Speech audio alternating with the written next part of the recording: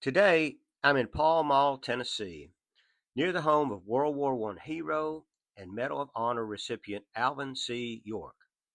I'm joined by Gerald York, Alvin York's grandson and chairman of the Sergeant York Patriotic Foundation, as we explore his grandfather's remarkable life before, during, and after the war, and the legacy he left behind.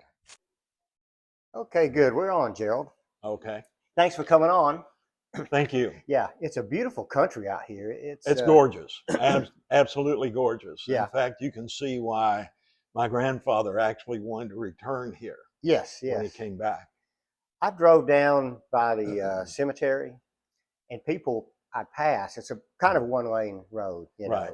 but they'd wave like, "Hey, I know you," and Oh, it's yeah. kind of neat. It's Very friendly. yeah, Very it's friendly huge, community. friendly, Yeah. and that cemetery was cool.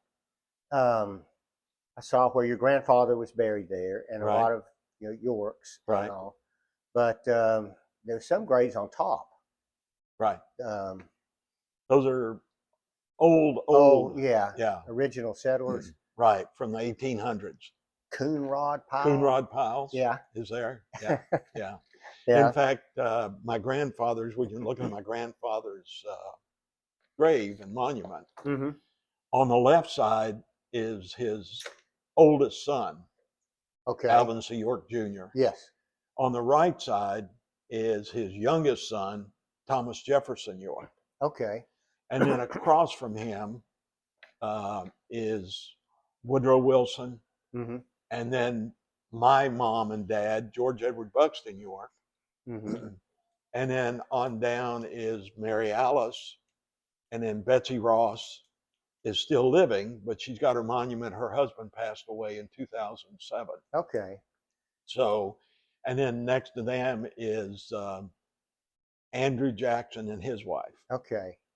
Okay. Yeah, you have a very patriotic family. Yes. The first one was Alvin C. York Jr. The second one was George Edward Buxton, which was my father. He was named after my grandfather's major in the war. Mm-hmm. Then there was Woodrow Wilson, Sam Houston. Sam Houston only lived to be 18 months old. He passed away early in childhood. Mm-hmm. And then there was Andrew Jackson, then Betsy Ross, and then Mary Alice, named after my grandmother's mother and my grandfather's mother. And then the last one was Thomas Jefferson. Okay. Actually, I have one of my ancestors was named George Washington Waddell, and there was some other. There was a Thomas Jefferson Waddell, a Rufus King Waddell, Andrew Jackson Waddell. Yeah. So yeah. That's good. In Tennessee, Andrew Jackson was a pretty popular name. Yes, yes. So let's get into the interview. What was it like? What was the community here like when your grandfather was growing up? Well, my grandfather was born in 1887.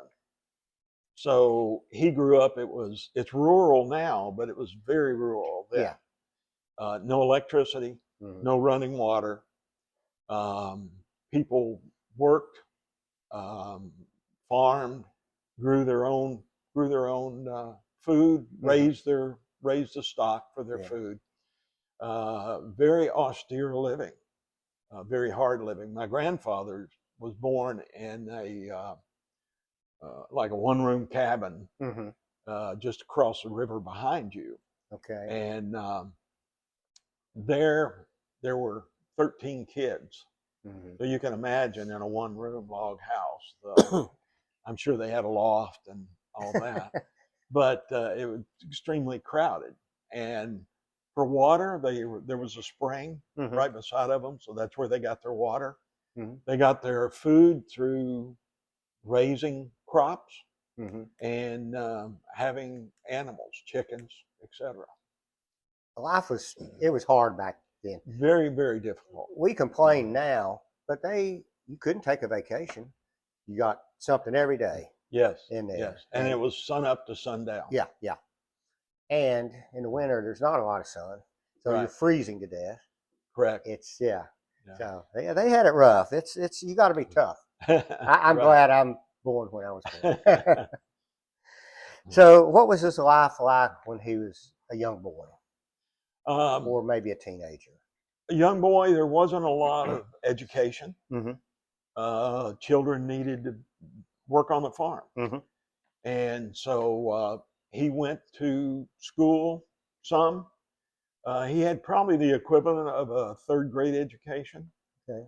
Um, but there was school part time, there was church, and there wasn't a lot as a young boy and young man, as a teenager. Mm-hmm. There was work and there was hunting. You hunted, you fished, and that's how you got Yeah. the meat. Yeah. Yeah. It's just survival, and I'm Yeah, sure he loved hunting, and that helped him.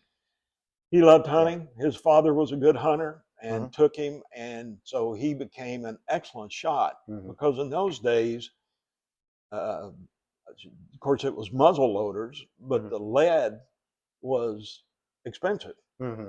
so you didn't miss. No. You know, No. if you missed, then you didn't have food that night. Mm-hmm. So he was a crack shot. He Yeah. became one of the, if not the best shots in the valley. Yeah. Yeah. And that's saying a lot because they were all good back here. They were all They were good. all very good. Oh yeah. Was he really a heavy drinker and a brawler? He At was. one time. His father passed away, and his two older brothers had married and left the home, so he was the eldest. Mm-hmm. So his father was kicked by a mule Mm-hmm. and passed away when he was a young man. Mm-hmm. And so it was up to him to provide for the family. So he worked extremely hard, and on the weekends he kind of let himself go. Mm-hmm. There's a place uh, about 6 miles from here called Static, Mm-hmm. and it's right on the Kentucky-Tennessee border. In fact, when you get there, if you go right, you're in Kentucky. Okay. If you go straight, you're in Tennessee to the next road, and then you go right, you're in Kentucky. So uh, they actually had, I think they called them tiger bars Mm-hmm. that were divided between Tennessee and Kentucky. Hmm. So you could buy booze in Kentucky and drink it in Tennessee. Mm. It was a way they stayed a step ahead of the law. Mm-hmm. And of course, those days there weren't cell phones, there wasn't Mm-hmm. telegraphs or telephones, so you could get by with more. Mm-hmm. But he was drinking, he was gambling. He had kind of a rough life, Mm-hmm. blowing off steam, I Mm-hmm. think, because of the hard work and the responsibility he Mm-hmm. was thrown into at an early age. Yeah. How old was he at that time, roughly? In his 20s. Okay. Okay. So, what changed his life? Probably my grandmother. Mm-hmm. Uh, his farm, like I said, was across the river here behind us. Mm-hmm. Her farm backed up to his farm, Mm-hmm. or his farm and her father's farm. So they would actually meet. Now, my grandfather said one time that uh, he was walking and passed their house and saw her as a young child or baby young child, and he said, "I like her. I'm going to marry her." Hmm. And at least that was his story Yeah. later in life. Mm-hmm. And so he was very smitten with her Mm-hmm. and wanted to date her, wanted to Mm-hmm. court her. Her parents were very religious, Mm-hmm. and as was she, and as was my grandfather's mother. Mm-hmm. And so they're like, "No, he's a hellraiser. We don't Mm-hmm. want you fooling with him. Find somebody else." Mm-hmm. But they would secretly meet. Mm-hmm. She told my uncle one time that where their two farms joined, they would go, tend to the cattle or whatever, and Mm-hmm. they would meet up there. Mm-hmm. So she said, as long as you've got this lifestyle, I can't have anything to do with you. Mm-hmm. So he actually went to the church, and in January, I think, of 1915, Mm-hmm. he actually got converted. Okay. and his life changed drastically at that point. I mean, he was a very strong-willed guy. Mm-hmm.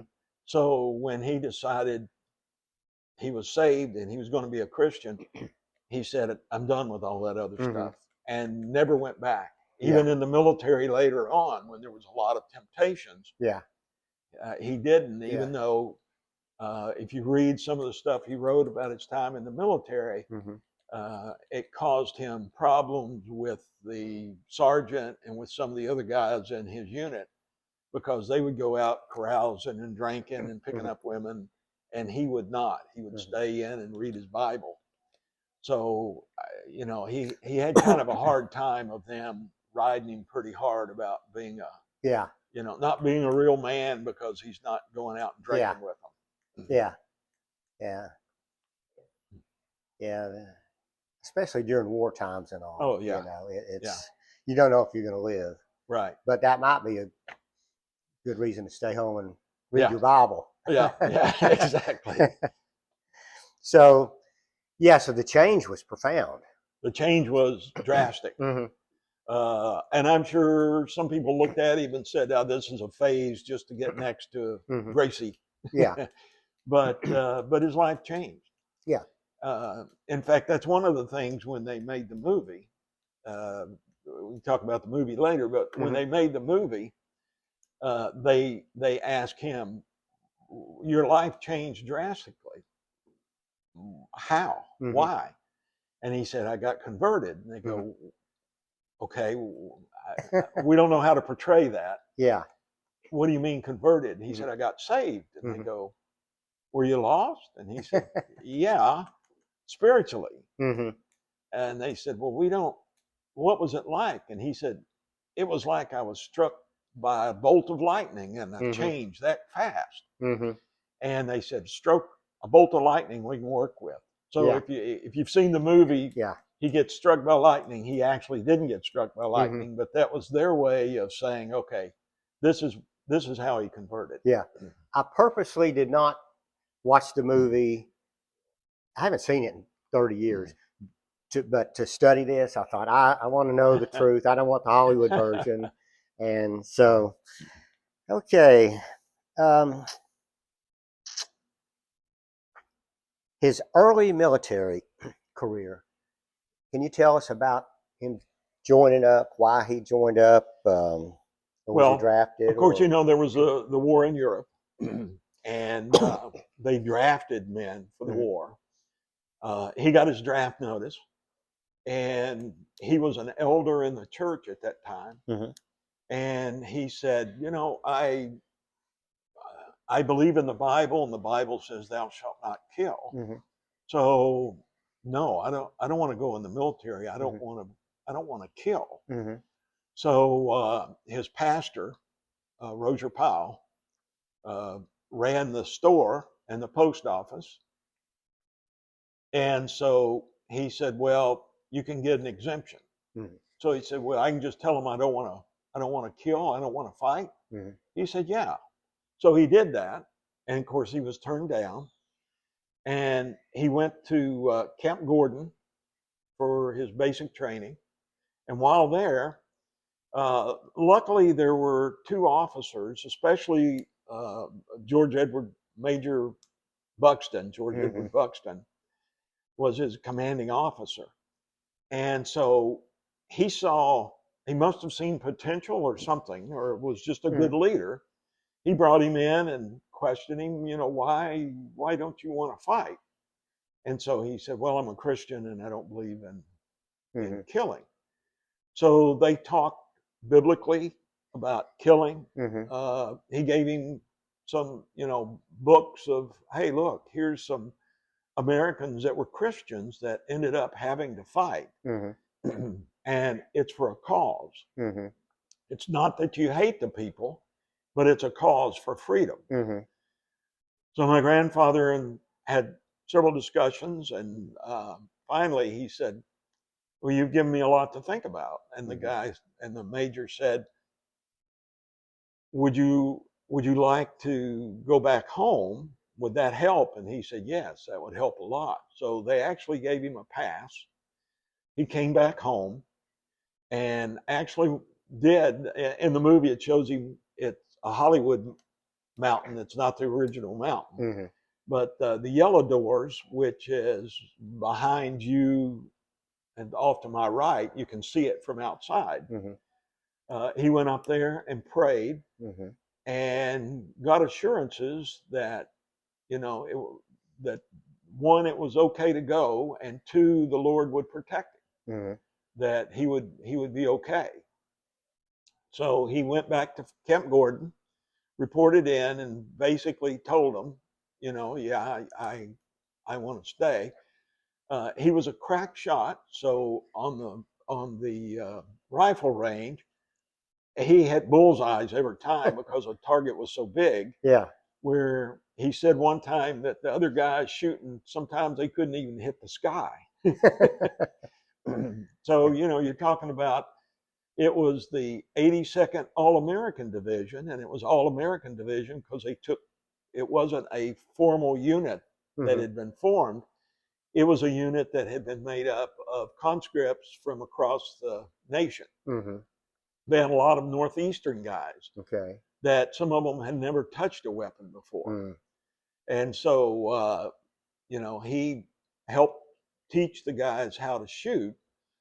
But, it's different if you've never held a rifle or a pistol to try to teach someone this is how you do it and get them to be expert shots. Mm-hmm. So when he went back, he had a good record. I mean, he wasn't a troublemaker. Mm-hmm. They didn't have any issues with him. They did make him an acting corporal, Mm-hmm. mainly because of his shooting skills, Mm-hmm. and his record was clean. Mm-hmm. So he trained at Camp Gordon, and then they shipped up to New York to be shipped out to France. From France, they went to England, and from England, they took him across to France, and they did some training with them there. Mm-hmm. They trained with the British and the French. They turned their rifles in and got British rifles that they trained with. And then this was in May of 1918. He actually was drafted in 1917. Mm-hmm. 1918 in May, he was sent up. April, May timeframe, they went up to New York. They boarded ships, and end of May, part of June, I guess, he was in France, training there, going through more training. Yeah. I wonder how he fit in with the New York people. He's from the backwoods, not very educated, and they're, more city people. Yeah. One of them had been a bartender, so they were. He said they were all pretty rough. Yeah, really. And he said they were hard drinking, hard fighting. Yeah. And so, he had, I guess, admired their strength, but they were living the life he'd lived in his early 20s. And he had changed and wasn't living that life anymore. And they kind of kidded him and ridiculed him for not living that life. Yeah. That, hey, if you're a real man, you need to be out here with us brawling and drinking and all like that. And then they knew he was a conscientious objector. So they were a little hesitant, I guess, about him. Yeah. Yeah. And I probably would be too at first, but then once you see a person and how they behave, right. And, he goes back to his room and reads the Bible every night instead of doing that. That's a pretty good indicator. Not the best, but, the way he holds himself and acts around people, treats other people is a good way of knowing that whether you're a true Christian or faking it. Yeah. So. And, they, in fact, one of the guys, I think it was an acting sergeant at one time, threatened to even shoot him. Which people go, well, that's crazy.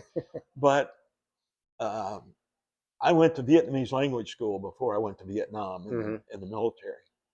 And we had a guy in there that was a conscientious objector. Mm-hmm. And he said, I'll go to Vietnam, but I won't kill anybody. Mm-hmm. And he was a military police. Hmm. And so there were 3 or 4 other military police in the language course I was in. And one of the guys turned to him one day and said, when they come at you, you'll shoot back. And he said, I won't. In fact, I'll probably take the firing pin out of my weapon to make sure I don't, in case I'm tempted to. Yeah. And the guy turned around, looked at him and said, if we get attacked and you don't shoot, my first shot's going to be you. I'll shoot you first, then I'll shoot them. Yeah. So, it kind of that same thing. Yeah. Yeah. Of Now he had, this is it's still today way back in the woods. So he had never been that far from home, I'm sure. No. How far do you think he'd been around from home? Kentucky. Yeah, 20 miles maybe? Yeah, maybe 20 miles. Okay. Yeah. Yeah. So now, in what I've read about him, even though he wasn't very educated, he was a leader. They said he became kind of a natural leader. People looked up to him and asked him questions. What do you think? What about him do you think made him a leader, or made them think he was a leader? I think what made him a leader is his strong will, his personality, and I mean he was a strong guy. Yeah. Personality-wise, he was strong. He had a bearing that was strong. Yeah. I mean, he looked like a leader. Yeah. So, and he did read a lot. In fact, when he came back from the war, he made a lot of speeches across the country. And initially, we have a lot of his speeches. And initially, it was Arthur Bushing, a guy from New York, moved down here to be his secretary and to train him or to educate him and to help him write speeches and all. And you can see the transformation. In fact, in his house, which is 3 or 4 doors down from here, he had one room that the whole wall was full of books. But he was an avid reader, and you can tell by his speeches, he would tell Arthur Bushing what he wanted to say, and he would write them down. And you can tell the transformation of him making corrections to him writing his own speeches. So he became self-taught. Yeah. And when he came back from the war, that's one of the things he saw things besides the combat. Combat was over on November the 11th, 1918. So he saw action from probably June, July until November. His action was on the 8th of October, 1918. But from November the 11th, when armistice was signed, 1918, until May of 1919, he was in France. He traveled around, he toured, he spoke. He had the opportunity to see things like he had never seen before. Yeah. When he was in London before they went to France, before he deployed to France, he saw all kinds of stuff in London. And here's electricity, here's running water. These things here's telephones. Yeah. Things he had never seen before. And so when he came back, he had a burning desire that kids in this area, in the rural Tennessee, should not endure what he had to endure by being uneducated and going out into the world. Yeah. So his burning desire was education and betterment of the community, roads, because there were dirt roads. My grandmother's father was a circuit court clerk in Jamestown. He walked every morning from here to Jamestown and from Jamestown back every night. How far is that? It's about 10 miles. Yeah. Yeah, because I drove it. It's a Yeah. long way Yeah. in a car. Yeah. So, he wanted to bring what he had seen in the world, he wanted to bring to Fentress County. Mm-hmm. So his main goal coming back was education. Mm-hmm. It took him a while. Mm-hmm. He got back in 1919. He got back the end of May. He married my grandmother the 7th of June, Mm-hmm. and started a family and started farming. Mm-hmm. And the Rotary Club out of Nashville raised money to buy him a house and farm. Mm-hmm. He ended up extending that, but Mm-hmm. they gave him a house and a farm in 1919. Mm-hmm. But the house wasn't finished until 1922. Okay. So he lived there next to his home cabin, his home place. There's a white house. You can still see it. Okay. And that's where they lived when they got married. And then when he moved into this house in 1922, he brought his mother with him. So his Mm-hmm. mother lived with him Mm-hmm. until she passed away. Okay. Well, tell us about what happened during the war. That Well, like I said, he saw action probably June, July timeframe of 1918. They were in a few skirmishes, July, August. He was put in charge of a heavy machine gun Mm-hmm. squad. So they saw action during that time.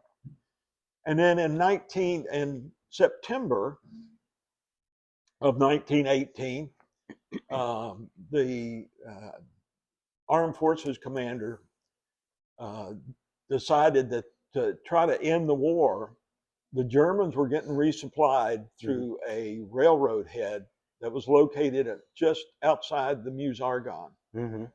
So they decided they would do a Meuse-Argonne offensive and cut the supply line off, which would trap all the German soldiers without any supplies, without any reinforcements, and they'd have to give up. Mm-hmm. So the Meuse-Argonne battle, was the largest battle of the war. They deployed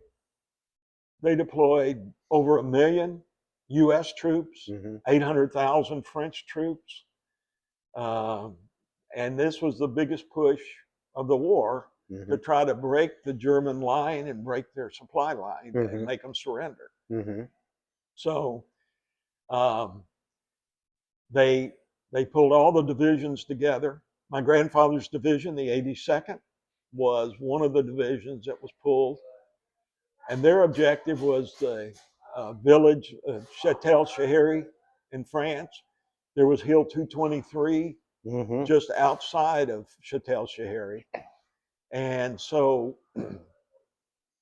on October the 8th, they were to start their offensive. Mm-hmm.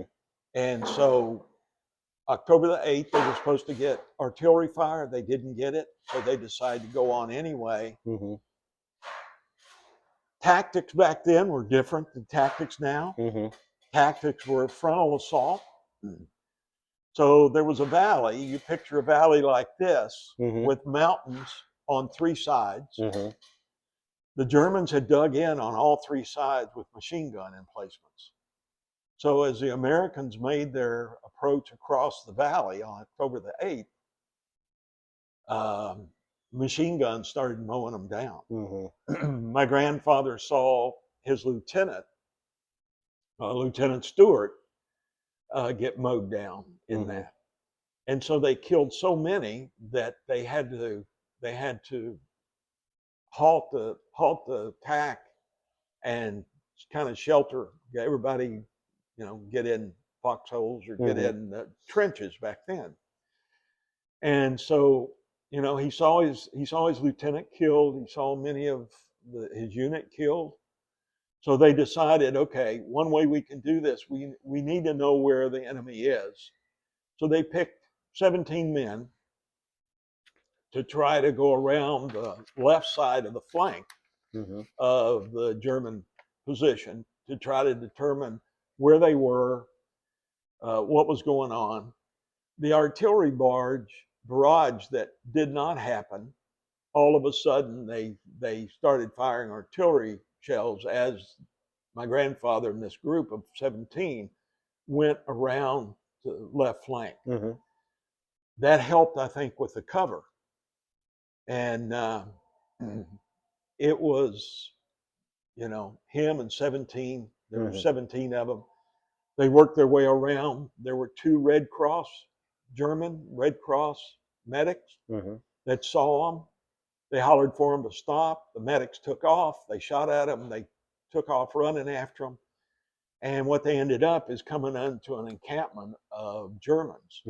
Well, the Germans that they came across at that point had been fresh troops. They had been bivouacked there. They were there eating breakfast. Didn't have their weapons. Their weapons were over there. They were over here eating because they weren't expecting anything. So here, my grandfather and 16 others come charging over the hill, shooting at them. And so immediately a bunch of them gave up. And when they gave up, then the 17 men kind of surrounded them. Now, my grandfather was not in charge at that point. So they had these men. They captured them. They were trying to figure out what to do. And all of a sudden, from the hilltop, a German yelled out in German to get down. All the Americans didn't know what they were yelling. All the Germans dropped to the ground. Machine guns started firing on them and killed 7 or 8 immediately and wounded several more. So at that point, my grandfather was an acting corporal, so he was one of the ranking guys. His best friend was killed in the initial attack, and that's another guy who had been a Christian who they kind of palled around together. That was who he was closest to. He saw him get shot up. What was his name? I'll give it to you in a minute. Okay. We can come back to it. We'll have to come back to it. Yeah. But my grandfather got in a position where to see him, they had to raise up. And so in his own words, he said, I just touched him off. As one would raise up, he would shoot him. The whole time hollering for him to surrender because he didn't want to kill anymore. Yeah. And so he worked his way around where they had to raise up. He shot him. And at one point, there was, they couldn't figure out, the people on the hill couldn't figure out what was going on. So a lieutenant grabbed 5 or 6 others and they charged my grandfather, bayonet charge. He had shot about all of his ammunition up in his rifle. So he pulled out his pistol, his Colt 45, and from the back to the front, as he used to turkey hunt, he shot the last guy and then worked his way up. And when he shot the last guy, it was the lieutenant. And he shot him. He was very close to him, but he shot him in the stomach, which the stomach wound, if you've ever heard anybody in combat that gets shot, especially a stomach shot, they're crying, they're in agony, they're hollering. I mean, it's not something you forget. Yeah. So this lieutenant was yelling. He was in pain. My grandfather went back. At this point, the lieutenant, who they thought was a major, but he was actually a lieutenant, came over to my grandfather, and he had been educated in Chicago. So he came over and told my grandfather, he said, are American? Are you English? And my grandfather said, no, I'm American. He said, oh, if you won't shoot anymore, and as I found out much, much later, a guy did some German archives and actually wrote a book. I talked to him and he said, do you know why this guy was willing to give up all of his people? And I said, no. He said, the guy that your grandfather had, the guy that he shot, they were best friends. They had gone through basic together. They'd gone through training together. They were best friends. And so according to the German lieutenant in his writings or his debriefings, he said he ordered his men to give up because my grandfather offered to get his friend help, get him a medic. And he told him, if you get him a medic and get him help and save his life, I'll have my men surrender. Okay, yeah. Which at that point made sense. Yeah. Which I didn't know until about 10 years ago. Yeah, yeah. Well, why did he ask him if he was British? Or no, he asked him if he was English. English, I mean, yeah. English. Because that's how they looked at America. We were all English speakers. Mm-hmm. So we were all English. Okay. You know. So, all right. But my grandfather's, he spoke English, but no, he was American. He spoke American. He didn't speak English. Okay. So then, of course, my grandfather got his people together, and there were only 6 of them left or 7 of them left. And so the German asked my grandfather, how many people do you have? My grandfather said, I've got enough. And he said he held a pistol on him the whole time and told him, you know, you're the first one that'll go. Yeah. So, and we need to get your friend help. Yeah, yeah. So they marched back through the way they had come. And you've probably never visited over there. I've been to France a lot, but never that region. I've been to the actual battle site Yeah. a few times in my career with the military. Mm-hmm. The best was probably the individual who was a colonel, Colonel Mastriano, who had written a book. He's currently a state senator in Pennsylvania. But he had done German research. He was a NATO officer. Okay. Was in NATO. So he had access to all the German archives. So he did a lot of research of what happened and why it happened, et cetera. And so he actually, on October the 8th, 2018, no, yes, Yeah, 2018, 100 years. Yeah, 100 years. He actually did a tour of the battle area from his studies and his work.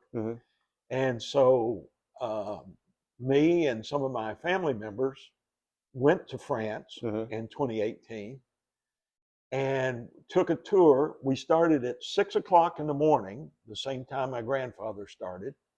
We retraced the steps that my grandfather had gone through, and it was amazing. Yeah. And the thing that struck me of going through there, it was like going through the woods up on the mountain here in Powell Mountain. Really? The terrain, the woods was extremely similar. Yeah. So for my grandfather, I could see he was right at home. Yeah. I mean, this was like being at home. Yeah. This was like hunting. Yeah. Yeah. You didn't by chance video that, did you? I did not. Yeah. That would be cool to do, you know. Yeah. That would be real cool. Going back to when he was shooting the people with the bayonets, can you explain why he picked them off from the end, from the back to the front? Well, I think that's a great story. He used to turkey hunt. So if you shoot the lead bird, everybody scatters. So you get 1, maybe 2. If you shoot and you get the last bird, they know there's been shots, but they may flutter a little bit, but they'll still keep on their same trajectory because they don't think they've been hit. So that's the reason he went from back to front. Yeah. He was asked that. I saw an interview I found on the internet where he was interviewed on a TV show. And they asked him, did you really do that? And he said, yes. And he said it was they said, well, how did you know to do that? And he said, it was my hunting experience. Yeah, yeah. Of shooting turkeys. Yeah. I wanted the audience to know that because I didn't know it. I knew he did it. And I heard the explanation and I thought, man, that makes sense. Yeah. You know. Yeah. Now, if you play the little video games, you got to shoot the first guy coming at you. Right, right. But yeah, and really, I'd probably shoot the first guy too because he's the closest. He's got that Right. bayonet 10 feet from you, and Yeah. yeah. And of course, that guy didn't know the people behind him were. Yeah, they were shot. Yeah, because there was another guy that they found out later that had a revolver issued to him, and he was back he was one of the northeastern guys, and he said he was firing his pistol, but he didn't know if he hit anything. Yeah. What happened to the lieutenant that he shot in the stomach? Did your research tell you that? I think he passed away. Yeah, they got him to a medic, but the wound was, and World War I, today they get them out pretty fast. Yeah. Vietnam was pretty good. They got them out pretty fast, unless you were out in the woods, and sometimes no. Yeah. But World War I, you were lucky to get to a medic station. Yeah. And then after that, infections and stuff like that. Yeah. Okay, so he's got the men. He's bringing them in. What happens after that? Well, he brought them in. And how many of them were there? 132. Okay. 128 enlisted and 4 officers. They counted about 25 or so dead. They went back. The general heard the story and he thought, that's incredible. So they actually took my grandfather back to the site. In fact, one of the pictures of him, we've got a picture here. He's standing in front of like snow in the background. They took him back to the site and to see if they could recover any bodies or any dead, and so they went back with him and had him explain, how did you do this? So he explained how he did it. He was awarded the Distinguished Service Cross for that action. And then later they went back and viewed the site. They did interviews of the men. And the interviews of the men were like, okay, what were you doing? And most of them said, we were guarding prisoners and we couldn't move because there was machine gun fire all around us. So they ended up doing a review and ended up upgrading his Distinguished Service Cross to the Medal of Honor. Yeah. And then, as I said, he was there, so he went around and spoke. He actually attended the organizational meeting of the American Legion, which was held in Paris in 1918. Okay. And he was, 1919. And he was they had an officer and enlisted rep from each unit to come to Paris in 1919 and form the American Legion. Because he said, we fought as brothers over here. We need to be able to have something to stay together, at least to stay in touch. And so they came up with the American Legion. And so he was at the organizational meeting of the American Legion in the spring of 1919. Okay.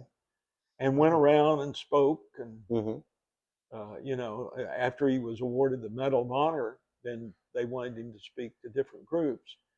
And then in the end of May is when he was able to finally get a ship to come home. They didn't have any huge aircraft to put him on to fly him home, so they had to wait for ships. And you're talking about a lot of men. I mean, you're talking about just in that action, there were over 1 million men. And they had over 100,000 casualties. Yeah.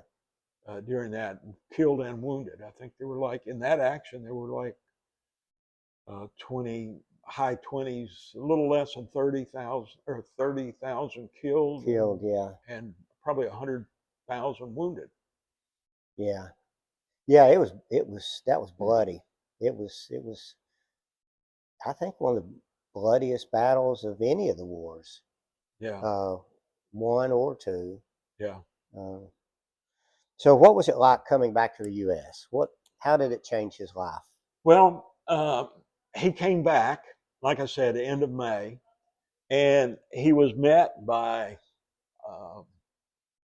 Representative Hull, who was Cordell Hull, who was from here, about 30 miles from here, met by a bunch of dignitaries. And when the ship docked, everybody was getting off, and there was this huge crowd of people. And so somebody asked my grandfather, are you getting off? And he said, I was waiting for the crowd to kind of die down. And they go, they're here to see you.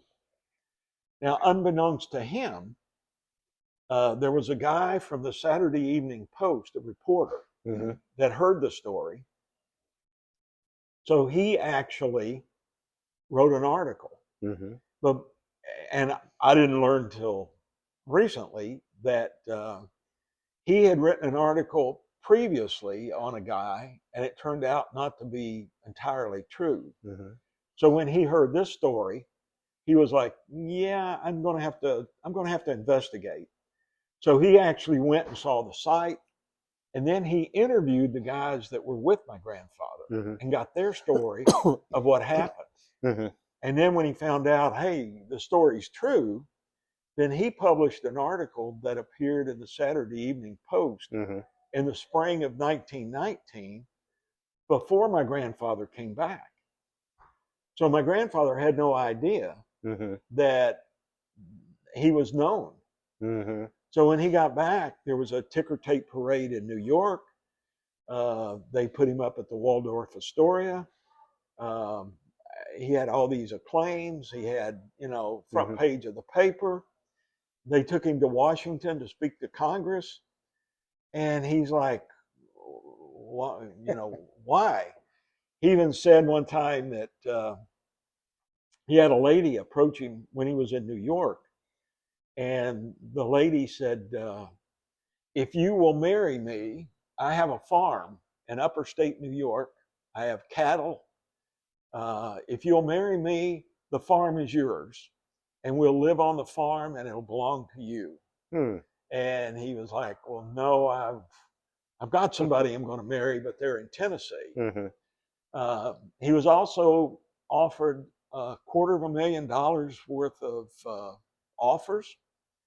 One of them was to appear in vaudeville. And he's like, well, what's that? And so they were explaining to him, and he goes, well, wouldn't I look funny in tights? He said, no, I'm going back to Tennessee. He said, you're offering me all this because of what I did. The uniform's not for sale. I did what I had to do. And they said, well, why did you were against killing? He said, those machine guns were taking the lives of hundreds, maybe thousands of our soldiers. Somebody had to do something. So yes, I took lives, but only to save lives. Yes. And they said, well, okay, that's different. But he said the only way I could save lives was to take a life. Yeah. And so he, and I'll depart a little bit, that bothered him his whole life. My father ended up being a minister. When my grandfather, a year or so before he died in 1964, he was in bad health. He was bedridden from 1954 to a stroke. He was bedridden until 1964, until he passed away. And he was in Nashville quite a few times at the hospital for different things. But he knew it was towards the end of his life, so he wanted to speak to my father. And so my father went in and talked to him, just the two of them. And he asked my father, how do you think I will be judged for taking lives?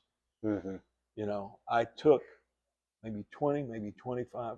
How am I going to be judged for that? And my father said, you don't have anything to worry about. You won't be judged because you didn't have hatred in your heart. You didn't have malice towards men. You didn't do it out of anger. You didn't do it out of revenge. You didn't do it out of whatever. You did it to save lives. Yes. And had you not done that, then a lot more lives would have been lost. Yeah, a whole lot more. So he said, I personally, I think you're fine. Mm-hmm. I don't think you'll be judged harshly for that. I don't either. No. And but it was something that bothered him and carried him through the rest of his life. But he was offered all this money. Now you take a guy that was making 50 cents a day Mm-hmm. to being offered $250,000. And that's back then. Now I don't know in 1919 what $250,000 would be worth today, but I would imagine it'd be quite a bit. I would say, just off the top of my head, it'd be well over $1 million. Well over $1 million. Oh Yeah. yeah. I would say several million. Yeah. And you think about coming back here to Tennessee, $250,000, you could buy the whole valley. Yeah. I mean, you know, land was not that expensive. Mm-hmm. You know, even 20 years ago, Mm-hmm. land was maybe, you could buy some land for $500 Yeah. an acre, $1,000 an acre. Now it's a lot more expensive, but you take back then, you know, land was, I'm sure, cheap. Oh yeah. I'm doing the math in my head. I'm thinking it's over 10 million. Yeah. It's over 10 million. So he turned all that down, Yeah. came back home. Mm-hmm. And like I said, he came back with a vision. Mm-hmm. And his vision was, I want to make my community better, Mm-hmm. and I want education. Mm-hmm. I see what a lack of education has caused me. Mm-hmm. I can't express like I want to express. I can't do the things I want to do. We need education. Mm-hmm. And look at all this. Look at what's in Paris. Look at what's in France. Look what's in London. That's what I want Mm-hmm. for my community. So he came back with a burning desire, and his burning desire was build better roads and education. Mm-hmm. And so he came back and married my grandmother, went around the country raising money, and finished building the house. Mm-hmm. The farm they gave him came with a mortgage. They weren't able to pay all of it off. So he had to work on the farm to pay that. And so he decided what he wanted to do is build a school.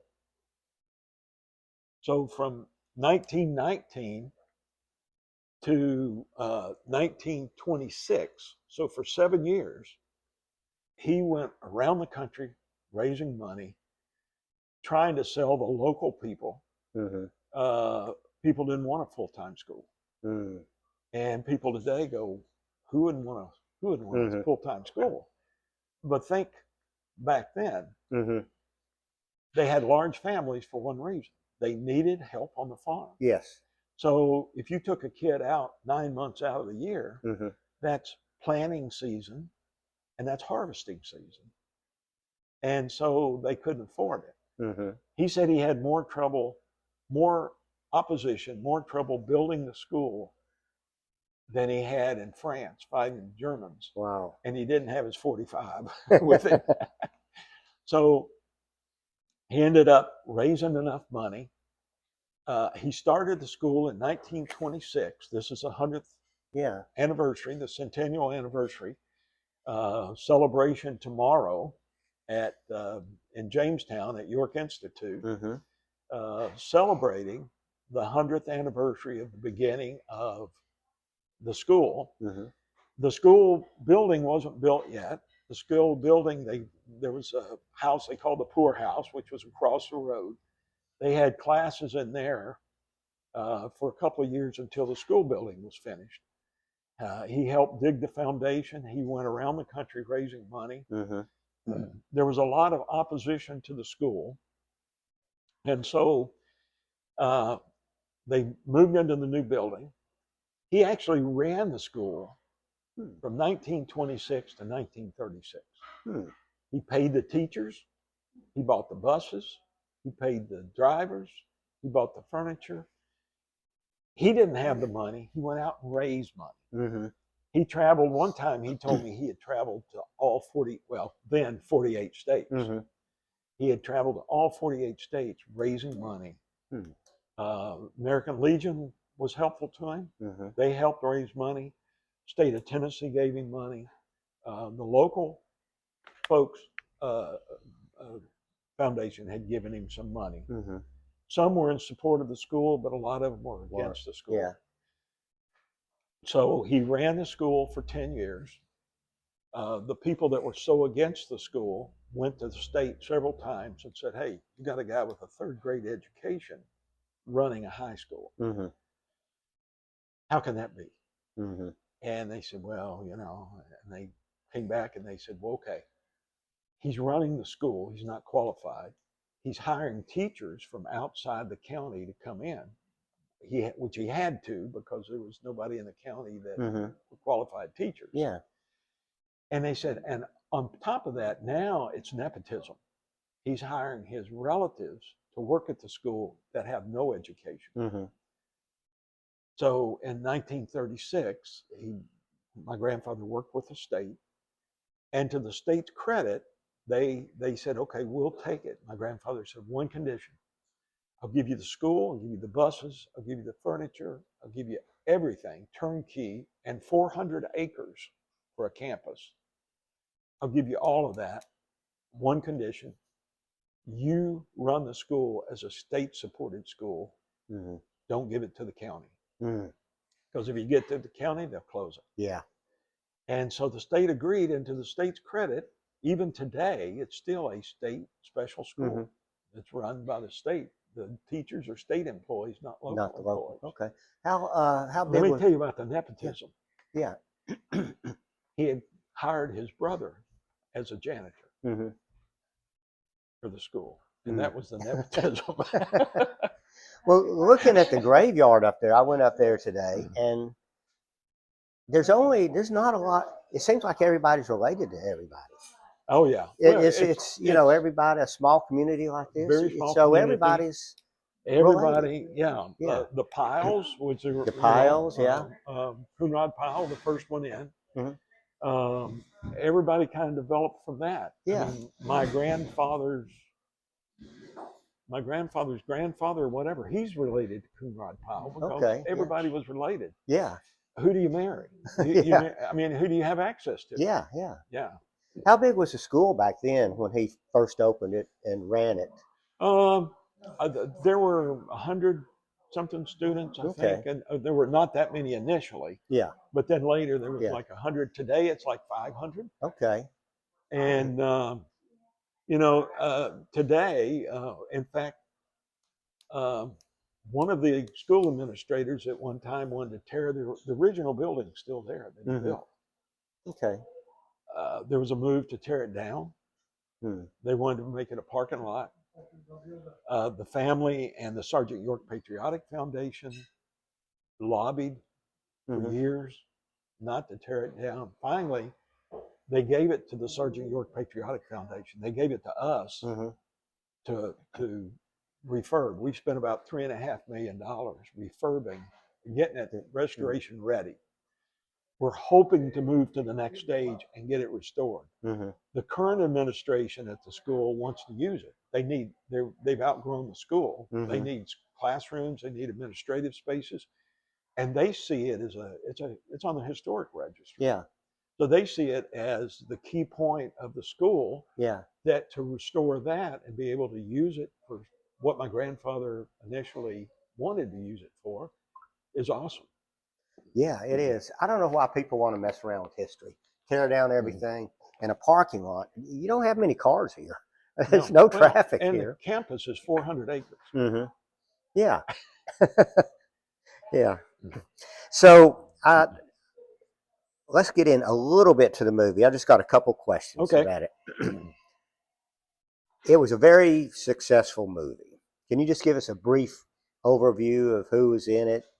Gary Cooper and Gary Cooper played my grandfather. Joan Leslie was in it. And Gary Cooper did an excellent job portraying my grandfather. And in fact, we're still in touch with Gary Cooper's daughter. Really? She lives in New York. Yeah. And there's an avenue in New York called York Avenue that was named after my grandfather. There's actually a French school there. And in 2018, for the centennial, we actually went to New York on York Avenue, had 2 or 3 different events. Mm-hmm. And we had one where we showed the movie at the French school. And Gary Cooper's daughter lives in New York, and she came. I've been with her 3 or 4 times for different events. And she actually came, and she and I talked about the movie and answered questions before the movie and then after. Okay. Yeah. Now, I heard that your grandfather liked Gary Cooper because he liked guns. They both, the first time they met, it was kind of, they're just kind of sitting there. Mm-hmm. And the topic somehow went to guns, and then they started talking. Yeah. So Gary Cooper loved guns. My grandfather loved guns. So that was a natural. Yeah. And I read or I saw a video that they were also considering Ronald Reagan. They were. Yeah. So. Yeah. Oh, interesting. Yeah. Yeah. So, and the movie, it won all kind of awards. It did. Gary Cooper won an Oscar. For it. Mm-hmm. It was nominated for 7 Oscars, I think, in different categories. It was one of the highest grossing pictures of the year that it was released. My grandfather actually went out on site where they were filming a few times. In fact, one time he had requested from Gary Cooper, said, when you're portraying me, you smoke, but I never smoked after I got converted. So I would appreciate it if Gary Cooper said, okay, when I'm portraying you, I will not smoke at all. And he said, okay. My grandfather was on the set, and Gary Cooper was in uniform playing part, took a break, he lit a cigarette up. And my grandfather saw it and said, oh, wait a minute. He shut the set down. We have a telegram that Gary Cooper sent my grandfather apologizing later for doing that. Said that won't happen again. Yeah. But my grandfather actually went out on the set a few times. And people say, well, why Joan Leslie for your grandmother? And my grandfather was asked that one time, and he said, his words, I didn't want a Hollywood floozy playing my wife. Yeah. I thought she did really good. She did excellent. She's a pretty lady. Oh, yeah. Walter Brennan did fantastic. Yeah. Walter Brennan was in it. He did good. Ward Bond. Yeah. I mean, some name. Oh, yeah. It's yeah. And that was, gosh, that's probably been 80 years ago. 41. Yeah. When it was released. So, and they still show it today. Oh, yeah. A lot of the young people probably haven't seen it. Yeah. But everybody in my generation probably seen it a dozen times. And it's funny, the new superintendent out at the school takes every freshman class that comes in, he takes them to the theater and they watch Sergeant York. Yeah. Tell us about, you were in the 5th or 6th grade and your teacher asked you to go pick up an encyclopedia and read about Sergeant York. Yeah. We lived here in the house with my grandfather probably my first 3 or 4 years. I was born in Baton Rouge, Louisiana. My dad preaching down there. I was about 6 weeks old. We moved back with my grandparents, and my dad started a church in Pine Haven, just outside of Jamestown. So I had lived here in the house, and then we had moved to Nashville. My father went to Trevecca Nazarene College in Nashville. And so when he graduated, he got a church in Glasgow. So we were here, Glasgow, Kentucky. Yeah. We were here all the time. We had, Christmas, Thanksgiving, summers, whenever we had time off, we were always here with my grandparents. So we moved back. My dad got an offer for a church in Nashville. And so in the middle of my 5th grade, we moved to Nashville. So I'm at a school in Nashville, and one day the teacher said, Gerald, would you come up front? And I said, yeah. She said, would you tell the class about your grandfather? And I kind of looked at her and I'm like, my grandfather, he's a great guy. He gives me $1 every time I leave when I go see him. You know, she said, no, I mean about she said, about his life. And I go, what? She said, get the encyclopedia. I said, okay. She said, look up your grandfather in the encyclopedia and tell the class. So I went over and looked at why, and I pulled it out. I'm thinking, my grandfather's not in the encyclopedia. You know what? I don't understand. So I looked it up, and there's my grandfather in the encyclopedia. So I read it, and then she had me to read some of it to the class. So I guess that's the first time I knew. I mean, we watched the movie as kids. We played, you know, we all wanted to be Sergeant York when we played Army outside of the house. My grandfather had a copy of the movie, so we would watch the movie. I knew there were a lot of visitors that came to sing, but I didn't realize that people outside of our family, I mean, we watched the movie, it was like a home movie. Yeah. You know, so I didn't realize that in the 5th grade that, you know, here's people know him World outside famous. of here. Yeah, world You know? famous. So probably that not so much in Germany, but everywhere else. Yeah. So, you know, I remember after that, the next time I came here, I'm like, Grandpa, you'll never believe what happened to me, you know. And I said, you're famous. And he goes, no, I'm not famous. You know, I said, well, you did all this. He said, I did my job.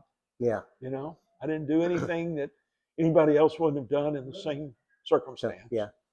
Was he as humble as the way Gary Cooper played him? Oh, yeah, definitely. Yeah. Definitely. I mean, he'd have to be to turn down all that money and all the fame. Yeah. It seems like now all people want are fame and money and power. And it's, you know, he had it. He could have had it all. But, you know, he was very well grounded. So. And they wanted him to run for office. And he said, no, this is where I need to be. Yeah. You know, I'm in the community where I need to be. You think he believed God put him in there and gave him that? That was his. He was doing what God wanted him to do by building a school and helping the community. And he dedicated his life after that to others. Yeah. I mean, he had fame, he had glory. He traveled around the country. He was at the World's Fair. You know, I mean, he was treated like a celebrity. Yeah. But it never went to his head. Yeah. When they would ask him, you know, well, this is great. And he would say, you know, the great heroes are the ones that didn't make it home. Yeah. Yeah. And they said, well, you did all this single-handedly. And he'd say, no, there were 17 of us. Not all of us made it back. Yeah. But I had help. Yeah. You know, I didn't do it by myself. Yeah. Yeah. It seems like the ones that claim all the glory and have these big tales are the ones that really didn't do much. I told somebody said something one time, and I said, you know, the people that talk the most about what they did, a lot of times are people that did the least. Yeah. Yeah. You know. Yeah. Well, my father, he never talked about it. He was in the Pacific. I just found out in the last month or so what he did. He's a New Caledonian, Guadalcanal. He would never talk about it. My father-in-law, he was on D-Day and all the way through the war. He would not discuss it. Yeah. You know, it's just. Yeah, my grandfather wouldn't talk about the war. People would come in. The only you know snippets I got from him was not from us asking him questions, because he had turned it around to you. How's school? How's this? You know, it was never about him. It was always about you. And he was in Nashville quite a bit. I was 17 when he passed away. So the last 4 or 5 years of his life, he was in Nashville a lot at the hospital. And so one of the times he came down, he told my grandmother stayed with us. We lived in Nashville, so she'd stay with us, Mhm. and the family would stay with us that came to see him. And she went back the next morning, and he said somebody was in here last night. And she said, what do you mean? He said, somebody was in here going through my stuff last night. And she said, who? He said, I don't know. I hollered out to him, but nobody answered. Mhm. But I could hear him open the drawers and looking for stuff. So she said, okay. And he got a couple of threatening letters Really? while he was in the hospital. One of them, I mean, it was, none of them were signed. Yeah. But they were all like, one of them I remember reading said, I hope you rot in hell for what you've done, this and that. I mean, it was pretty terrible letter. Was it written in German there? No, it was written in English. It was mailed, but and he got a few like that. I would have. In today's time, I could see that. Yeah, but not then. Not then. Not in the not 60s. Then. No. And so probably the last 5 years of his life, like I said, he was in Nashville several times. Mm-hmm. So my grandmother said, that's it. I'm staying with him. And my dad told her, and my uncles told her, said, you can't stay with him 24/7. Mm-hmm. You need rest. You need your own sleep. She said, well, I'll have him bring a chair in or something. They go, no. Mm-hmm. So my uncle said, I'll stay with him. Andrew Jackson, who had been a park ranger. Mm-hmm. Okay, yeah. And Andrew said, I'll stay with him, and Gerald will stay with me. He and I were very close. Mm-hmm. He said, I'll stay with him, and Gerald will stay with me. And I'm like, and he said, we'll stay with him all night. Mm-hmm. I'm like, okay, that sounds cool. So anything it turned out to be fantastic because I had a chance to talk to him at night, mm-hmm. and he had a fantastic sense of humor, but just snippets that I got. One was a guy asked him one time, said, when you were going into battle, you only had a certain amount of ammunition. You used a lot of ammunition. How'd you do that? Mm-hmm. And he said, when we were going into battle, we're marching in, there was people on both sides, wounded and whatever. Mm-hmm. And he said, one guy was in front of me, was taking off his belt clips, his ammunition, and throwing it away. And I said, what are you doing? He said, it's too heavy. I'm not going to need all this. So he said, I actually picked up extra ammunition. So I had more than my basic load. Mm-hmm. I had my basic load plus a couple of other basic loads. He said, that's why I had enough ammunition. Yeah. So I thought that was interesting. Yeah. Smart. Yeah. But he was as humble. I've had people actually, after they talked to him, would call me out of the hospital room and say, come here a minute. I'd go out and they'd say, let me tell you something. I purposefully came in here to cheer your grandfather up, to make him feel better because of his condition and everything. He actually cheered me up, Yeah. And he was up on current events constantly.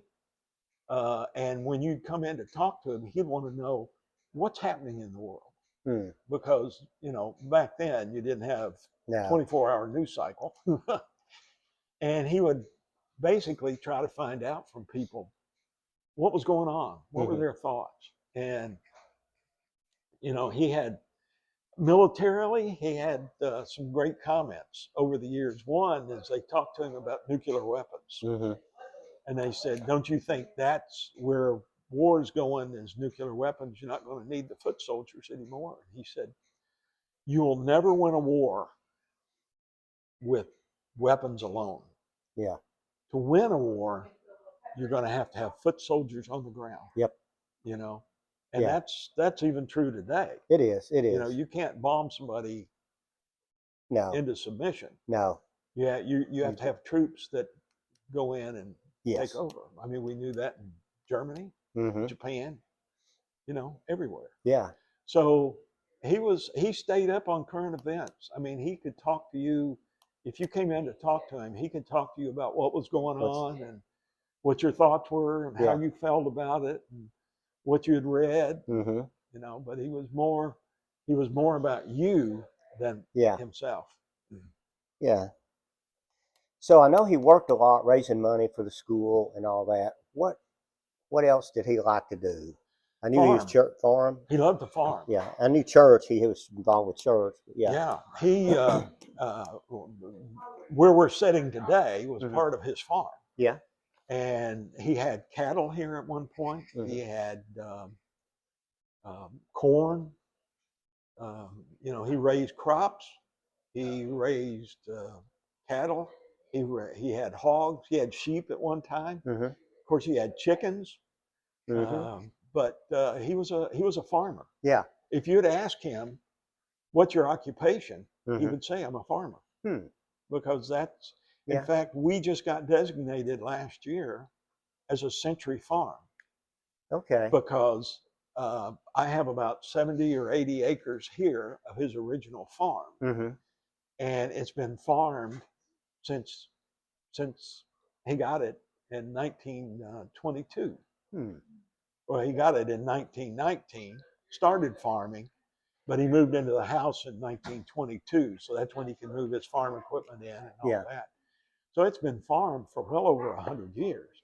And last year, the Sergeant York Park helped do the paperwork for it, but we have a sign out, Century Farm, designated a Century Farm. Okay. Yeah.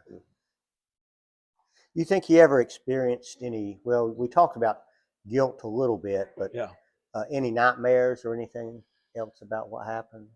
Nightmares. I'm not aware of any nightmares he had, but I know it was constantly on his mind.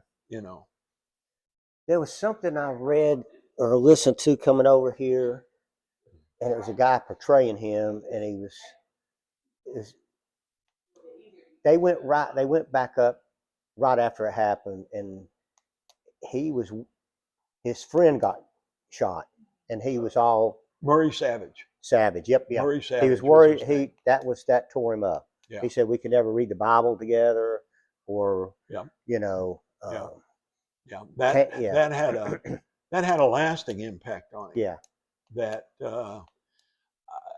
I think not only did he lose a friend and a fellow believer, but I think subconsciously he thought, if I could have stopped it before that, which there's no way he could have, because this was in the initial onslaught.